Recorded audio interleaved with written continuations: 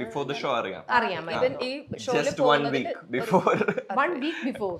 അതായത് ഇത് അറിഞ്ഞ് അവൻ ബിഗ് ബോസിൽ പോകുന്നുണ്ടെന്ന് അറിയുന്നതോടൊപ്പം തന്നെയാണ് ഞാൻ ഇതും അറിഞ്ഞത്. അപ്പോൾ അതായത് ഞാനത് കേൾക്കുമ്പോൾ അന്ന് എൻ്റെ ബർത്ത്ഡേയാ. അപ്പോൾ ബർത്ത്ഡേയുടെ അന്ന് ഇങ്ങനെ ഒരു കുട്ടി പറഞ്ഞിട്ടാണ് അറിയുന്നത്. അതെൻ്റെ മോളോട് വിളിച്ച് ആ കുട്ടി പറയാണ്. അപ്പോൾ മോള് വിചാരിച്ചു, മോളാകെ വിഷമിച്ചു. അപ്പോൾ മോള് എൻ്റെ അടുത്ത് ഓടി വന്നിട്ട് അവൾ പറയുമ്പോൾ ഞാൻ പാനിക്കാവോ എന്താണെന്നുള്ളത് അവൾക്കറിയില്ല. പക്ഷെ ഞാൻ കുറച്ച് നേരം ഇരുന്ന് കഴിഞ്ഞ് ഒരുപാട് കരഞ്ഞത് എന്താണെന്ന് വെച്ചാൽ ഈ കുട്ടി ഇത്രയും നാളും ഇത്രയും ക്ലോസ് ആയിട്ടും അവൻ എന്നോട് ഇതൊന്നും പറഞ്ഞിട്ടില്ലല്ലോ എന്നുള്ളൊരു വിഷമം. എന്താ വെച്ചാൽ കുട്ടി തനിച്ച് അനുഭവിച്ചിട്ടുണ്ടാവും, മനസ്സിൽ ഒരുപാട് സംഘർഷങ്ങൾ ഉണ്ടായിട്ടുണ്ടാവുമല്ലോ മനസ്സിൽ.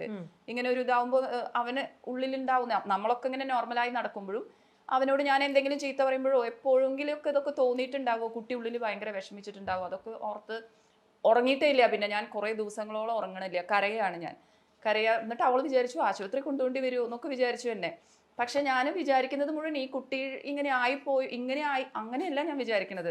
കുട്ടി വിഷമിച്ചിട്ടുണ്ടാവില്ലേ, എത്രയോ കാലം കുട്ടി ഇത് ഉള്ളിൽ കൊണ്ട് നടന്നിട്ടുണ്ടാവില്ലേ, ഇത്രയും വയസ്സ് വരെ. അപ്പോൾ അതൊക്കെ എനിക്ക് ആലോചിച്ചപ്പോൾ ഭയങ്കര വിഷമമായി. പിന്നെ അവൻ അവിടെ ബോൾഡായി കഴിഞ്ഞ് പിന്നെ ഞാൻ എല്ലാം പെട്ടെന്ന് ഉൾക്കൊള്ളണ ഒരാളാണ്. എനിക്ക് ഇവൻ ഇങ്ങനെ ഒരാണെന്ന് പറഞ്ഞാലും എൻ്റെ മോൻ തന്നെയാണ്. എനിക്ക് അവനിൽ ഒരു മാറ്റവും കാണാൻ സാധിച്ചിട്ടില്ല. എന്താണ് അവൻ്റെ സെക്ഷുവാലിറ്റി, അത് എന്നില് ഒരു മാറ്റവും ഉണ്ടാക്കുന്നില്ല. പണ്ടും ഇപ്പോഴും എന്റെ മോൻ തന്നെ. അത്രേ ഉള്ളൂ. ഒരു അമ്മയ്ക്ക് അങ്ങനെ തന്നെ ആണല്ലോ ഇപ്പോഴും. പക്ഷെ ഇത് പലപ്പോഴും ഇൻസ്റ്റയിലൊക്കെ ആയിട്ട് അഭിഷേക് റിവീൽ ചെയ്തിട്ടുണ്ടായിരുന്നു. പലപ്പോഴും ഇതിങ്ങനെ അല്ലേ പറഞ്ഞിട്ടുണ്ടായിരുന്നു. ഞാനൊരു പേജന്റ് വിൻ ചെയ്തിട്ടുണ്ടായിരുന്നു. അപ്പം that was like mister gay world India എന്ന് പറയുന്ന ഒരു പേജ് ഉണ്ടായിരുന്നു.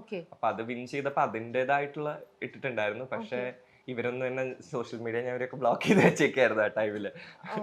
പക്ഷെ എന്നാലും ഇവരെ ബ്ലോക്ക് ചെയ്തെന്നാലും ഇപ്പം ചേച്ചിയും ഇതിനകത്ത് സോഷ്യൽ മീഡിയയിൽ ഭയങ്കര ആക്റ്റീവായിട്ടും ഫോൺ നോക്കുന്ന ഒരാളല്ലേ. അപ്പൊ ഇങ്ങനെ ഒന്ന് ചെയ്തത് ഇപ്പൊ ഡയറക്റ്റ് ആയിട്ടല്ലെങ്കിലും ഫ്രണ്ട്സ് ത്രൂവോ ഫാമിലിയിലെ വേറെ മെമ്പേഴ്സ് ത്രൂവോ അങ്ങനെ ആരെങ്കിലും പറഞ്ഞ ഒന്നും ചേച്ചിക്ക്? ബിക്കോസ് ഇത് നോർത്തിലെ ഒരു ഇതാണ്. ലൈക്ക് ഇവിടെ ഇപ്പൊ നമുക്ക് എത്ര പേർക്ക് അറിയാം ഇങ്ങനെ ഒരു പേജന്റ് ഉണ്ടെന്ന് പോലും നമുക്ക് അറിയില്ലല്ലോ. അപ്പം അത് മാത്രമല്ല എന്റെ ഫ്രണ്ട്സ് ലിസ്റ്റിൽ ഉണ്ടായിരുന്നു. ഞാൻ ഇവിടെ നിന്ന് പൂനെ പോയി കഴിഞ്ഞപ്പോ ഞാൻ 4 ഇയേഴ്സോളം പൂനെയിലുണ്ടായിരുന്നു, 3 ഇയേഴ്സോളം പൂനെയിലുണ്ടായിരുന്നു. ആ സമയത്തൊന്നും എനിക്ക് ഇവിടത്തെ ആരുമായിട്ട് ഞാൻ അങ്ങനെ കണക്റ്റഡ് അല്ല. കോളേജിലെ ക്ലോസ് ഫ്രണ്ട്സ് ഉണ്ടെങ്കിലും പിന്നെ നമ്മുടെ അമ്മയുടെ അച്ഛന്റെയും ലവ് മാരേജ്. അപ്പൊ ഇവരൊന്നും അങ്ങനെ ഫാമിലി ആയിട്ടും ഭയങ്കര റിലേറ്റഡ് അല്ല. അപ്പൊ അങ്ങനെ എന്റെ ഇൻസ്റ്റയിൽ അങ്ങനെ ആരും കണക്റ്റഡ് അല്ല. പിന്നെ ഉള്ളതൊക്കെ അവിടെ പൂനെയിലുള്ള ഫ്രണ്ട്സും നോർത്തിലെ ഫ്രണ്ട്സും ഒക്കെയാണ്. അപ്പൊ അങ്ങനെ ആരും അങ്ങനെയാണ് ചേച്ചി ഇതൊന്നും അറിയാതെ. ഞാൻ ആക്ച്വലി ഈ കുട്ടികളോട് ഭയങ്കര അറ്റാച്ച്ഡ് ആയതുകൊണ്ട് ഞാൻ എപ്പോഴും ഇവരെ ഭയങ്കര കെയറിങ്. അപ്പൊ ഞാൻ ഇടയ്ക്കിടയ്ക്ക് ഗൂഗിളിൽ അടിച്ചു കൊടുക്കും. ഞാൻ വെറുതെ ഇരിക്കുന്ന സമയത്ത് ഒരു 2 മാസം കൂടുമ്പോ എന്തായാലും ഞാൻ ഗൂഗിളിൽ ഇവരുടെ പേര് വെറുതെ സെർച്ച് ചെയ്യും. അപ്പൊ ഈ കുട്ടികൾ അതൊക്കെ ഒന്നും അറിഞ്ഞിട്ടില്ല അല്ലേ. ഞാനപ്പോ അത് സെർച്ച് ചെയ്യുമ്പോ എന്താണ് വരണേ നോക്കും. അപ്പൊ ഇവരുടെ SSLCയുടെ അവരുടെ നമ്പേഴ്സ് അങ്ങനെ ഓരോന്നോരോന്നാ വരിക. അപ്പൊ എക്സ്ട്രാ എന്തെങ്കിലും ഉണ്ടെങ്കിൽ എനിക്ക് അറിയാലോ എന്ന് വിചാരിച്ചു ഞാൻ ഇവരെ അത്രയും പോലും വാച്ച് ചെയ്യുന്ന ഒരു അമ്മയായിരുന്നു. പക്ഷെ കറക്റ്റ് ഈ കുട്ടി ഇത് പോയത് തൊട്ട് ഞാൻ ഇവരുടെ ആ ഗൂഗിൾ സെർച്ചും നിർത്തിയ സമയത്ത് കറക്റ്റ് ഇതെല്ലാം സംഭവിച്ചു. അപ്പോൾ അതുകൊണ്ട് ഞാനപ്പോൾ കുറേ നാളായിട്ട് അതിങ്ങനെ ഞാൻ ചെന്നൈയിലൊക്കെ പോയി ഒന്നും സെർച്ചിങ്ങും ഒന്നൊക്കെ നിർത്തി വെച്ച സമയമായിരുന്നു. ഇവരെ ഫ്രീ ആയിട്ട് വിട്ട സമയത്ത് കറക്റ്റ്. അപ്പൊ ഞാൻ വിചാരിക്കാം ഞാൻ എല്ലാപ്പോഴും ചെക്ക് ചെയ്തുകൊണ്ടിരുന്നതല്ലേ, പിന്നെ എന്തുകൊണ്ട് ഞാൻ ഇത് ചെയ്തില്ല. ശരിക്കും ഇവരുടെ വന്ന സമയം തൊട്ട് ഞാൻ ഒന്നും സെർച്ച് ചെയ്തിട്ടില്ല. അത് കഴിഞ്ഞ് പിന്നെ ഇവൻ ബിഗ് ബോസിൽ കയറുന്ന സമയത്താണ് ഒരു കുട്ടി വഴി ഞാൻ മോൾ അറിഞ്ഞിട്ട് പിന്നെ അറിയണത്. പൂനെയിലെ പേപ്പറിലൊക്കെ ഉണ്ടായിരുന്നു ഭാഗ്യം. പിന്നീട് ഭയങ്കര സെർച്ചിങ് ആയി. അപ്പൊ നോക്കിയപ്പോഴാണ് ഇങ്ങനത്തെ കാര്യങ്ങളും എല്ലാം അറിഞ്ഞത്. അപ്പൊ ഇത് ഇത്രയും വലിയ വലിയ സീക്രട്സ് ഒക്കെ മറച്ചല്ലോ എന്നുള്ളത്. അതാണ് ഞാൻ നേരത്തെ യെസ് എന്ന് പറഞ്ഞത്, സീക്രട്സ് മറച്ച കാര്യങ്ങൾ പറഞ്ഞത്. അപ്പോ അതൊരു വിഷമമായെങ്കിലും പിന്നീട് മാറി. പക്ഷെ അത് തീർച്ചയായിട്ടും അങ്ങനത്തെ ഒരു സിറ്റുവേഷൻ വന്നപ്പം അമ്മ ചോദിച്ചിട്ടുണ്ടാവണം, നീ എന്തുകൊണ്ട് നമ്മൾ തമ്മിൽ ഇത്രയും നമ്മളൊരു ഇന്റിമേറ്റ് ആയിട്ടുള്ള ഒരു റിലേഷനാണ് നമ്മുടെ ഒക്കെ, നിനക്ക് അമ്മ എന്ന് പറഞ്ഞാൽ നിന്റെ കൂടെ എല്ലാ സപ്പോർട്ടിങ് സിസ്റ്റത്തിലും ഉണ്ട്, പിന്നെ എന്തുകൊണ്ട് നീ ഇത്ര നാളായിട്ടും എൻ്റെ അടുത്ത് നിന്ന് ഹൈഡ് ചെയ്തു? അങ്ങനത്തെ ഒരു ചോദ്യം തീർച്ചയായിട്ടും ചേച്ചി ചോദിച്ചിട്ടുണ്ട്. പക്ഷെ ഞങ്ങൾ തമ്മിൽ അതിനെപ്പറ്റി ഒരു ഡിസ്കഷൻ വന്നാൽ അങ്ങനെ വരുന്നില്ല, അവൻ ഒഴിഞ്ഞു മാറും. പിന്നെ എനിക്കും അത് ചോദിക്കാനൊരു ബുദ്ധിമുട്ട്. ഞാൻ ഇതുപോലെ ഇന്റർവ്യൂസിൽ ഞാൻ പറയുന്നുണ്ട്, പക്ഷെ അതിന് മറുപടി പറഞ്ഞിട്ടില്ല. മറുപടി എന്തുകൊണ്ടാണ് അഭിഷേക്? അതെനിക്ക് അറിഞ്ഞൂടാ. ലൈക്ക് നമുക്കൊരു പേടി ഉണ്ടാവില്ലേ, ലൈക്ക് എന്താവും റിയാക്ഷൻ. ഞാൻ waiting for the right time, അതായിരുന്നു ആക്ച്വലി. ഈവൻ ഞാൻ പേജന്റ് പോയതും എനിക്ക് ബിഗ് ബോസിൽ പോകണം എന്നുള്ളൊരു ലക്ഷ്യം ഉണ്ടായിരുന്നു.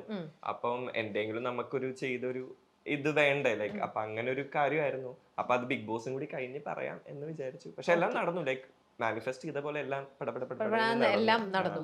പക്ഷെ ഈ പറഞ്ഞ പോലെ അന്ന് അത് പറഞ്ഞു കഴിഞ്ഞു കഴിഞ്ഞപ്പോൾ അഭിഷേക് ലൈക്ക് കംപ്ലീറ്റ്ലി ഞാനിപ്പോ ഒന്ന് ഫ്രീ ആയി.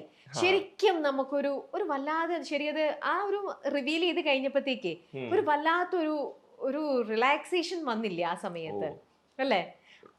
അതേപോലെ അല്ല ഇന്നിപ്പോ നമ്മളിപ്പോ ഇത് ചെയ്യും, ഞാൻ ചോദിക്കുമ്പോ തന്നെയും ഇതേപോലത്തെ ഒരുപാട് കുട്ടികൾ സ്റ്റിൽ നമ്മുടെ സമൂഹത്തില് ഇന്നേപോലെ സ്വന്തം അമ്മയുടെ ഇത്ര അടുത്തുള്ള അമ്മയാന്ന് പറഞ്ഞിട്ട് പോലും നമുക്കത് പറയാൻ ഒരു ഉൾവലിയാണ്, പേടിയാണ്. മറ്റുള്ളവർ എങ്ങനെ എന്നെ മനസ്സിലാക്കുമോ എന്നുള്ളത്. പക്ഷെ അങ്ങനെ അവർക്ക് തോന്നിയിട്ടുണ്ടെങ്കിൽ അത് തുറന്നു പറയണം. നിങ്ങളെ പോലെ ധൈര്യത്തോടെ തുറന്നു പറഞ്ഞിട്ട് നിങ്ങൾക്ക് ഇന്നിപ്പോ എന്താ നല്ലത് മാത്രമേ സംഭവിച്ചിട്ടുള്ളൂ. സോ നമ്മൾ ആരും പേടിക്കരുത്. പക്ഷെ നമുക്ക് അവരെയും കുറ്റം പറയാൻ പറ്റില്ല. കാരണം ഇന്നത്തെ ഇപ്പൊ നമ്മുടെ മൂവിയിലായാലും ഇപ്പൊ സോഷ്യൽ മീഡിയ തുറന്നാലും ഇതിനെ ബുള്ളി ചെയ്യുന്ന ഒരു പറ്റം ആൾക്കാരാണ്. അപ്പം ഒരാള് ചിന്തിക്കുന്നത് ഞാൻ ഇങ്ങനെ ഓപ്പൺ ആയി നാളെ മുതൽ എനിക്ക് ഈ ബുള്ളിങ് ഫേസ് ചെയ്യേണ്ടി വരും, പക്ഷെ എല്ലാവർക്കും ആ ഒരു മനക്കെട്ടി ഇല്ല. ഒരു ഇപ്പം ഈ കമ്മ്യൂണിറ്റിനെ അഗെയിൻസ്റ്റ് പറഞ്ഞ് കയ്യടി നേടാൻ ആർക്കും പറ്റും, പക്ഷെ അതായി ജീവിച്ച് നമുക്ക് ജീവിതത്തിൽ കയ്യടി നേടാനാണ് ബുദ്ധിമുട്ട്. ആരും ഇതെനിക്ക് ആവണം എന്ന് വിചാരിച്ച് നിങ്ങൾ സ്വയം ആവുന്നതല്ല. ഇത് ദൈവത്തിന്റെ ക്രിയേഷൻ ആണ് അല്ലേ? നമ്മൾ അത് ആക്സെപ്റ്റ് ചെയ്യാ എന്നുള്ളത് മാത്രമല്ലേ ഉള്ളൂ. ഈ പറയുന്നവര് എന്തും പറയും അല്ലെ, അതിന്റെ ആ ഒരു റിയാലിറ്റി മനസ്സിലാക്കാണ്ട്. സത്യം. പക്ഷെ ഒരു വളരെ നെഗറ്റീവ് ആയിട്ടുള്ള ഒരു എൻവയോൺമെന്റ് ആണ് ക്രിയേറ്റ് ചെയ്തുകൊണ്ടിരിക്കുന്നത്. ലൈക്ക് ഒരു കുട്ടിക്ക് ജീവിക്കാൻ വേണ്ടി ലൈക്ക് ഇങ്ങനെ ഒരു കമ്മ്യൂണിറ്റി ഉള്ള ഒരാൾക്ക് അത് റിവീൽ ചെയ്യാനുള്ള വളരെ ഒരു നെഗറ്റീവ് സ്പേസിലാണ് ഇപ്പം കേരളത്തിലുള്ളത്. അപ്പൊ നമ്മുടെ സൂയിസൈഡ് റേറ്റും അതെല്ലാം കൂടിക്കൊണ്ടിരിക്കും.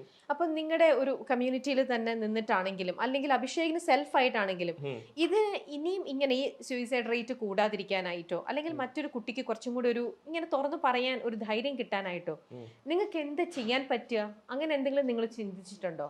അങ്ങനെ ഇത് നമുക്ക് പെട്ടെന്ന് മാറ്റാൻ പറ്റുന്ന ഒരു കാര്യമല്ല. പക്ഷെ നമ്മൾ വിചാരിച്ച ലൈക്ക് കൊല്ലങ്ങൾ തോറും ചേഞ്ചസ് വരുന്ന, പക്ഷെ ഇറ്റ്സ് ഗോയിങ് ബാക്ക്വേർഡ്സ്.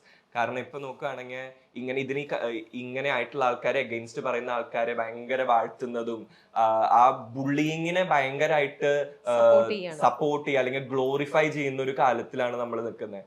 ഇപ്പൊ ഒരാൾ വന്ന് ഒരാളെ ബുള്ളി ചെയ്ത് അതിന്റെ അടിയിൽ നമുക്ക് കമന്റ്സും ലൈക്സും കാണാം. ഇങ്ങനെ അടിപൊളി അടിപൊളി അടിപൊളി ലൈക്ക് ഇതിനെ തന്നെ പറയണ്ട. ഒരു ഇപ്പൊ മൂക്ക് മോശമായിട്ടുള്ള ഒരാളോ അല്ലെങ്കിൽ ഒരു തടിച്ച ഒരാളെ പോയിട്ട് എടി തടിച്ച് നിന്റെ വീഡിയോ ഇടണ്ട എന്നൊക്കെ പറയുന്നതിന് കുറെ ലൈക്ക് ചിരി ചിരി ചിരി ചിരി ചിരി അങ്ങനത്തെ ഇപ്പൊ ബുള്ളിങ്ങിനെയാണ് ഏറ്റവും കൂടുതൽ ആഘോഷിക്കപ്പെടുന്ന ഒരു ടൈമിലാണ് നമ്മൾ സോഷ്യൽ മീഡിയ എടുത്തത്, എസ്പെഷ്യലി നമ്മുടെ ചെറിയ ജനറേഷൻ ഓഫ് കുട്ടികൾ.